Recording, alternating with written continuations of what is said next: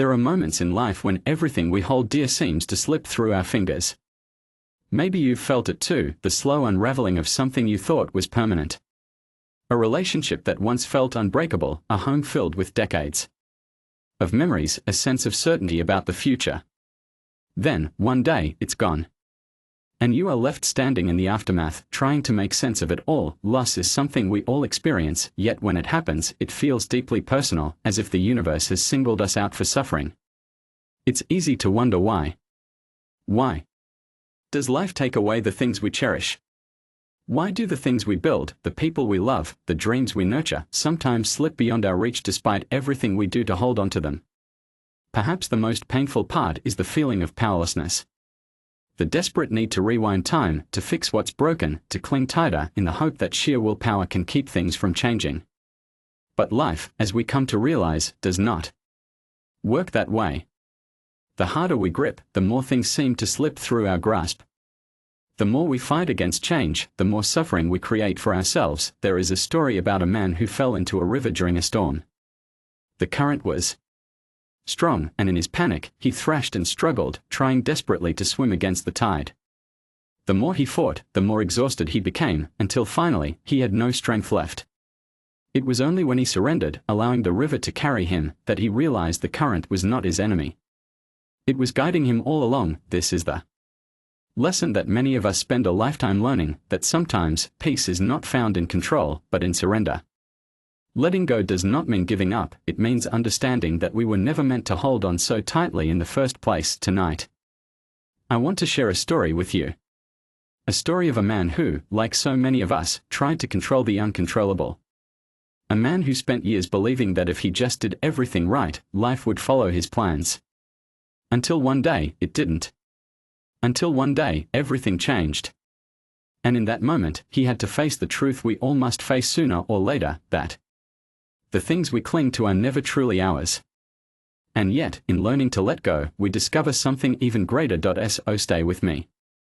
This is not just his story, it is ours. Because in the end, we all must learn to trust the river. Thomas, the man who feared loss. Thomas had always been a man who believed in stability. He lived by routines, made careful plans, and found comfort in the predictability of life. For over 40 years, he had followed the same morning ritual, waking up before dawn, brewing a pot of coffee, and sitting by the kitchen window as the first rays of sunlight stretched across the sky. His wife, Eleanor, would eventually join him, and together they would start their day in quiet companionship.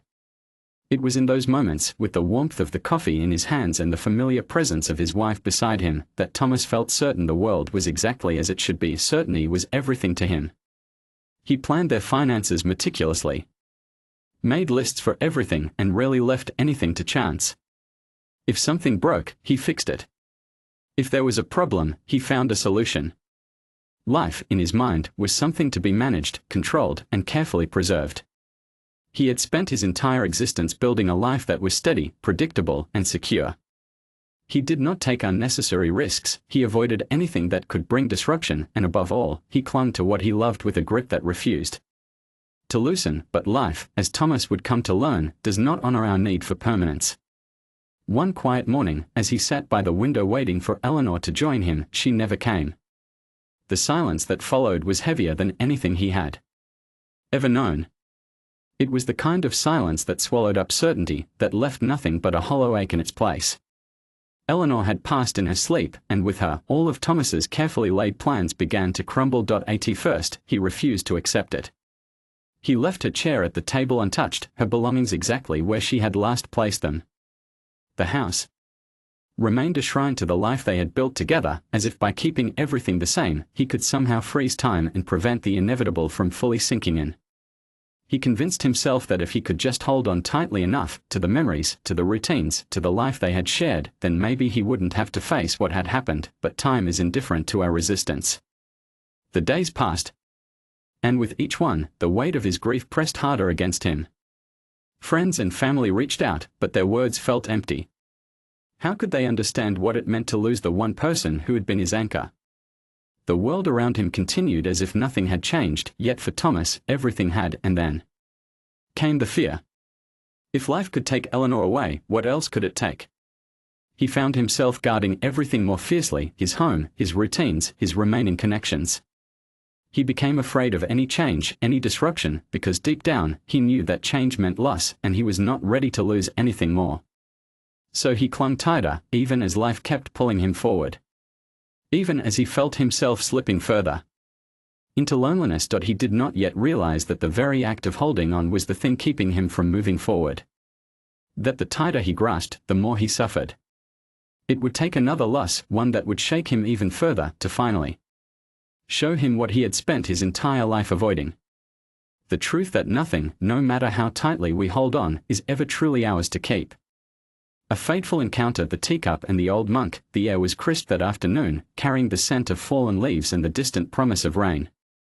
Thomas walked aimlessly through the streets, his hands buried deep in the pockets of his coat, his mind a tangled web of thoughts.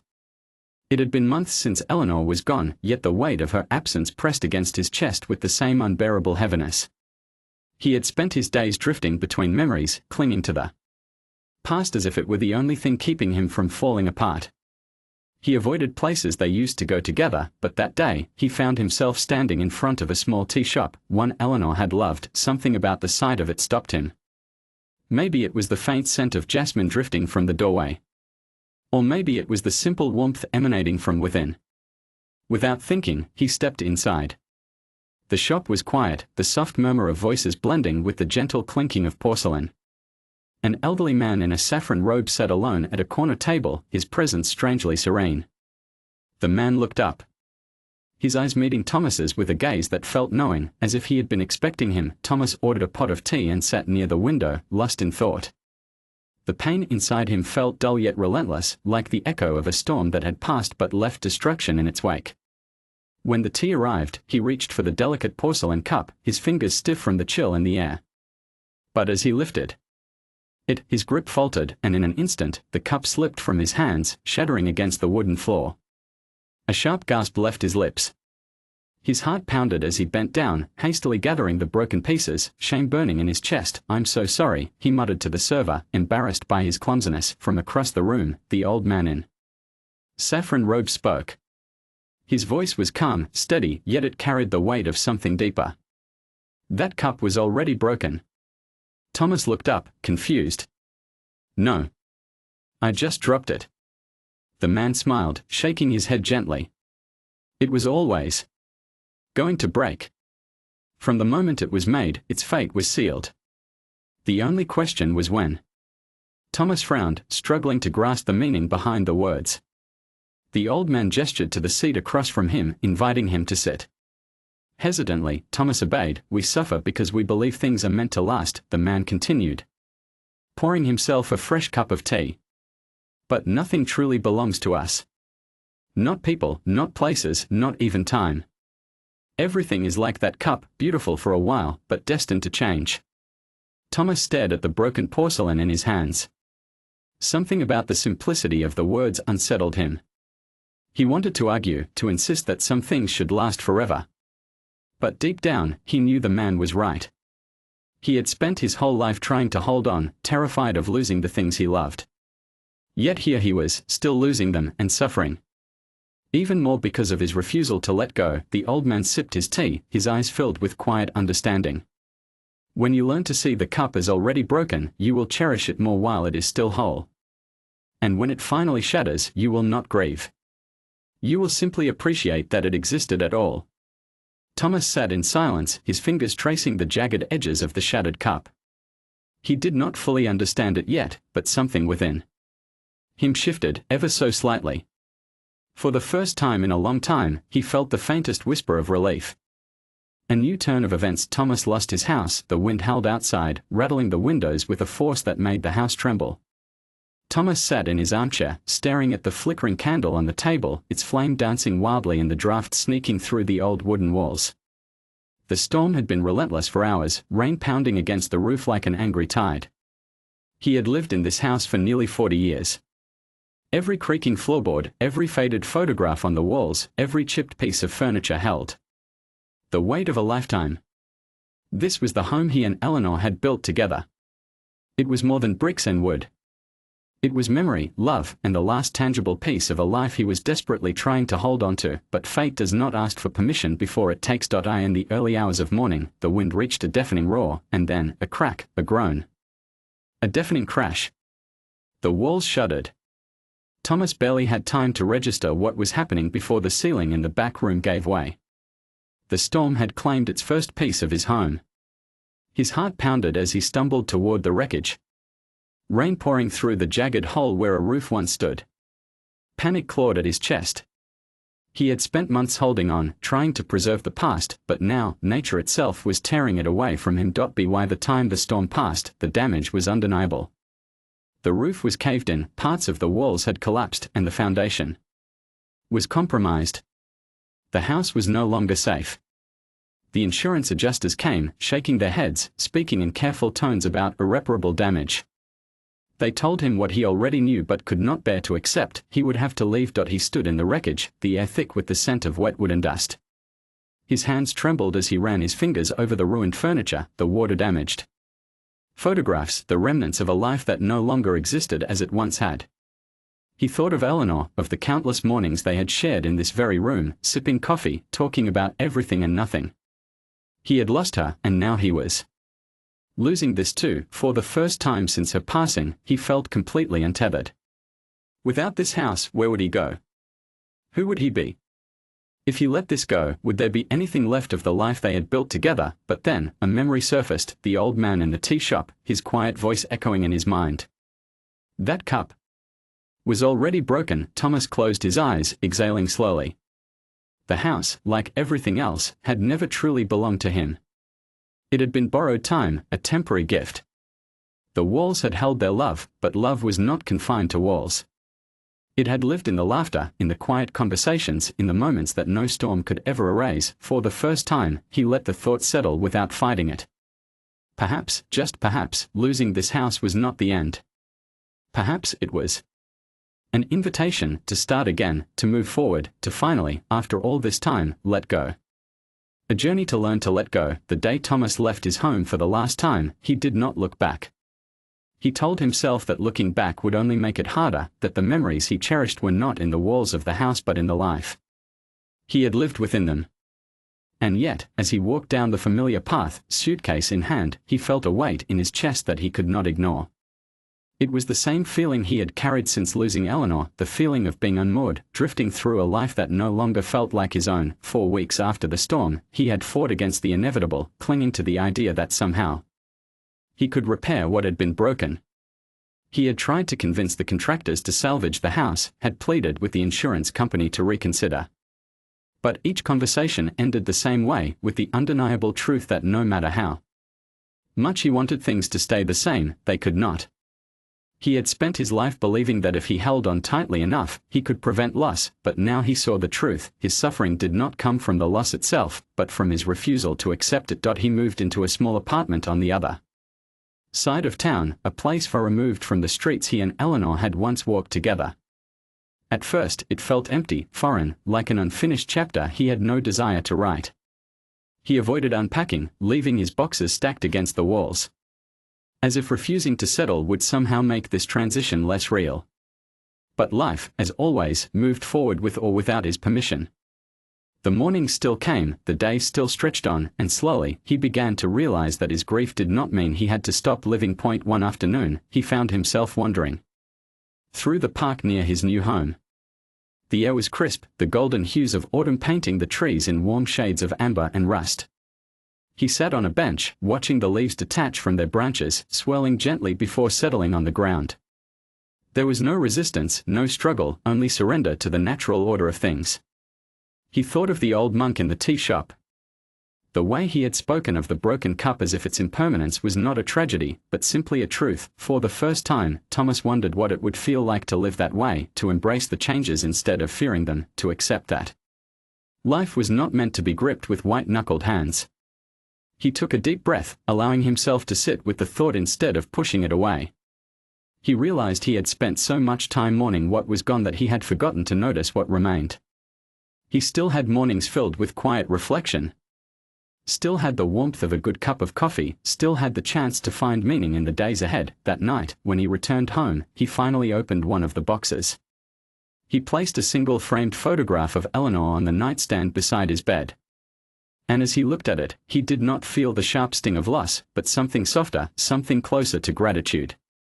The past would always be a part of him, but it did not need to be his prison. Perhaps, after all this time, he was ready to let go. Letting go is not loss, it's freedom. Thomas had always believed that to lose something was to be left with nothing. That loss was a kind of emptiness, a hollow space that could never be filled. But as the days passed in his new home, he began to realize that perhaps he had been seeing it all wrong. The house was gone, just as Eleanor was gone, but he was still here. The world had not ended. The morning still arrived, the seasons still changed, and the sun still rose, indifferent to the weight of his grief. One evening, as he walked through the park, he noticed a young girl playing with a red balloon.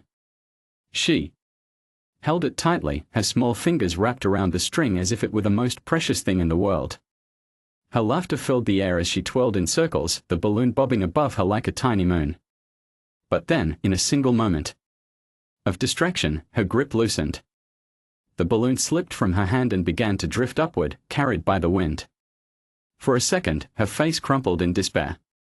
She reached out, as if trying to catch it, but it was already beyond her grasp. Thomas expected tears, a tantrum, the kind of sadness that came from losing something cherished.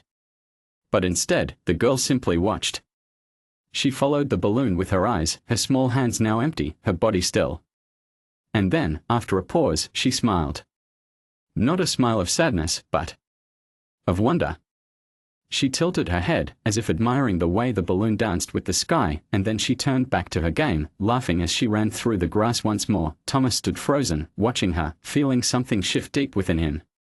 He had spent his entire life holding on, gripping, clenching, refusing to let go. He had believed that to release was to lose. But what if letting go was not about losing, but about allowing? What if the girl had not lost her balloon, but had simply set it free? That night, he sat by his window, staring at the city lights flickering in the distance. He thought of Eleanor, of the life they had shared, of the home they had built together. He thought of all the things he had been afraid to let go of, not just objects, but expectations, fears, the desperate hope that somehow, if he held on tightly enough, the past would remain untouched. But the past was like that balloon. It was meant to be cherished, but not clung to. It was meant to be remembered, but not lived in. Letting go did not mean forgetting. It did not mean erasing what once was. It meant trusting that life continued, that there was still beauty ahead. That the empty spaces lost left behind were not voids, but openings. For the first time in a long time, Thomas did not feel afraid. He took a deep breath, closed his eyes, and in the quiet of his small apartment, he whispered 3 simple words: not to Eleanor, not to the past, but to himself. I am free. When one door closes, another opens. The first morning in his new apartment felt strange. The air smelled different, the silence was unfamiliar, and the light that poured through the small window was softer than what he was used to. Thomas sat at the kitchen table, a single cup of coffee in front of him, and for the first time in decades, Eleanor's chair was not across from him. It had been months since she was gone, but here, in this unfamiliar space, the absence felt sharper. The house they had shared had been filled with echoes of her books, her scent lingering in the fabric of the old couch, the dent in her favorite chair where she used to sit and read. But here, there were no ghosts, no remnants of the life they had built together. It was just him, alone with his thoughts. He had spent his whole life believing that his happiness was tied to what he had, his home, his marriage, the stability he had worked so hard to create. Losing them had felt like losing himself. But as he sat in the quiet of his new space, he wondered if maybe loss was not the ending he had feared, but something else entirely. Later that afternoon, he wandered into a small bookstore down the street. It was the kind of place Eleanor would have loved, dusty wooden shelves stacked high with stories waiting to be discovered. As he browsed, he overheard a conversation between the owner and a woman at the counter. She was asking if they ever needed volunteers, explaining that she had recently retired and was looking for something meaningful to do with her time. Thomas hadn't considered what he would do now. His days had once been filled with purpose, his work as a teacher, his life with Eleanor, his routines that gave him structure. Now, his time stretched out before him, empty and uncertain. On impulse, he approached the counter. "Do you need an extra pair of hands?" he asked. His voice felt strange, as if it belonged to someone else. The owner looked up, surprised, and then smiled. Always. That was how it began. A few afternoons a week, he found himself in the bookstore, organizing shelves, chatting with customers, rediscovering the quiet joy of being surrounded by stories. The woman he had overheard, Margaret, became a friend. She had lost her husband a few years before, and they spoke often about the strange, bittersweet process of moving forward.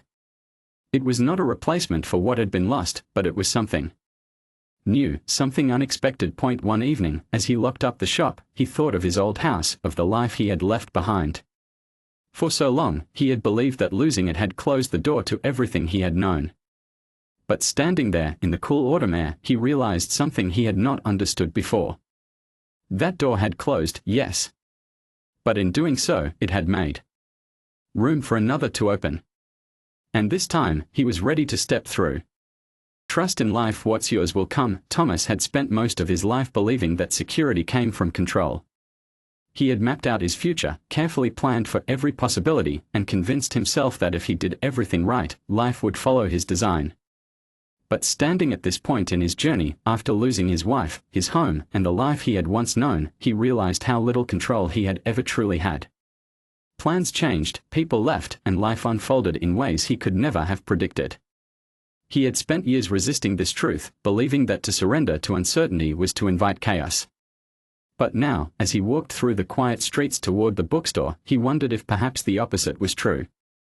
Maybe peace did not come from control, but from trust. One afternoon, Margaret invited him to a small cafe near the bookstore. They sat by the window, watching the rain drizzle against the glass, the world moving at its own pace beyond them. She spoke of her late husband, of the life they had built together, and the grief that had followed when he was gone. "I used to think my life ended the day he passed," she admitted, stirring her tea absent-mindedly. "I spent so long waiting for the pain to go away, for things to feel normal again. But then I realized life wasn't asking me to wait. It was asking me to live." Thomas let the words settle in his mind. He had been waiting too, waiting for the ache to fade, for the past to release him, for something to make sense again. But maybe waiting was not the answer. Maybe life had been offering him new beginnings all along, and he had been too afraid to reach for them. The next day, as he walked through the park, he noticed a man feeding a flock of pigeons. The man tossed small pieces of bread into the air, watching as the birds swooped down, each one taking only what it needed before flying away. There was no desperation, no hoarding, no fear of scarcity. The birds did not question whether they would be fed again tomorrow. They simply trusted that when the time came, what they needed would be there. For so long, Thomas had lived in fear of losing what he loved, believing that if he let go, nothing else would come. But watching the birds, he saw the truth. Life was not something to be controlled or held onto. It was something to be moved through, to be trusted. What was meant to stay would stay. What was meant to leave would leave. And what was truly his, peace, love, new beginnings, would find its way to him in its own time, just as it always had. That evening, as he sat by his window with a book in his hands, he felt something shift within him. The weight he had carried for so long was lighter now, the fear less suffocating. He did not know what tomorrow would bring, and for the first time, he was okay with that. He closed his eyes, took a deep breath, and let go. Life would come to him as it was meant to, and he was ready to receive it. Thomas had spent a lifetime holding on, gripping tightly to the people he loved, the places he called home, the routines that made him feel safe. He had believed that love meant possession, that security came from control, that the more tightly he clung to something, the less likely it was to slip away. But life had taught him otherwise. Love was never about ownership. Security was never about control. And holding on too tightly did not prevent loss, it only made it more painful when the inevitable happened. Now, as he sat on the small balcony of his new home, watching the sun set behind the rooftops, he understood something he never had before. Loss had not taken everything from him. It had given him space to grow. He had been so afraid of letting go because he thought it meant losing everything, but in truth, it had allowed him to discover something far greater, freedom. The freedom to embrace change instead of fearing it, to trust life instead of fighting against it, to love without the desperation of needing things to remain the same. We all experience loss. A person we love, a home we cherish, a version of ourselves we thought would last forever. And when it happens, it feels like the ground beneath us has crumbled, like nothing will ever be the same again. And perhaps it won't. But maybe that is not something to fear. Maybe, like Thomas, we are being given an opportunity not to forget, not to erase, but to make space for something new. There is a Buddhist teaching that says, you only lose what you cling to. At first, those words may seem harsh. How can we not cling to the people and things we love? How can we not fear losing them? But the teaching is not asking us to stop loving. It is asking us to love in a different way. To love with open hands instead of closed fists. To cherish the present moment without demanding that it last forever.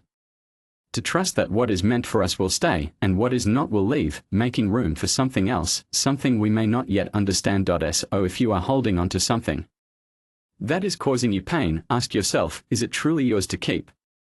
Or is it something that was meant to be beautiful for a time before moving on? Letting go does not mean you stop loving. It means you stop suffering. It means you trust that life is unfolding as it should, even when you do not yet see the full picture. If this story has resonated with you, take a moment to reflect.